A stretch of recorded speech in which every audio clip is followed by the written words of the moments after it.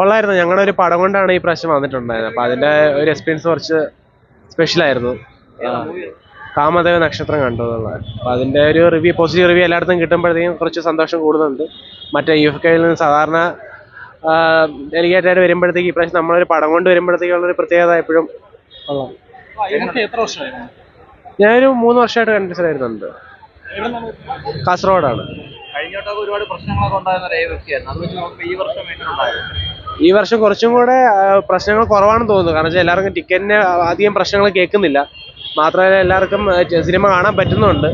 Unreserved ആയിട്ടുള്ള ആൾക്കാർക്ക് കുറച്ചും കൂടെ കയറാൻ പറ്റുന്നതായിട്ട് തോന്നുന്നുണ്ട്. കഴിഞ്ഞ വർഷം കുറച്ചും കൂടെ പ്രോബ്ലമാറ്റിക് ആയിരുന്നു. നല്ല എക്സ്പീരിയൻസ് ആയിരുന്നു ഈ പ്രാവശ്യം. കുറച്ച് നല്ല പടങ്ങളൊക്കെ ഉണ്ട്. അല്ലല്ല, നമ്മൾ 4 വർഷമായിട്ട് വരുന്നതാണ്.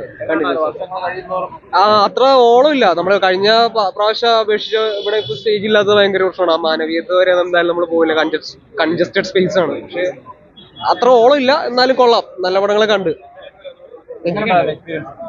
നല്ലതായിരുന്നു. ഞാൻ 4-5 വർഷമായിട്ട് ഇവിടെ തന്നെ ഉണ്ട്. പക്ഷെ പഴയതുപോലെ അത്ര ഓളമില്ല, അതേ ഉള്ളൂ. അത്ര തന്നെ. കഴിഞ്ഞ വർഷമൊക്കെ ഒരുപാട് പ്രശ്നങ്ങളൊക്കെ ഉണ്ടായിരുന്നു. പക്ഷെ ഇത് ഇവിടത്തെ കുറച്ച് ബാക്കിയുള്ള പരിപാടികളൊക്കെ ഉണ്ടല്ലോ, അതൊന്നും ഇപ്പൊ ഇല്ല. നേരത്തെ ഇവിടെ സ്റ്റേജ് ഉണ്ടായിരുന്നു. അങ്ങനെ മൊത്തത്തില് അങ്ങനത്തെ ഒരു ആൾക്കാർ കുറഞ്ഞു. അതെ അതെ അതെ, അത്രേ ഉള്ളൂ.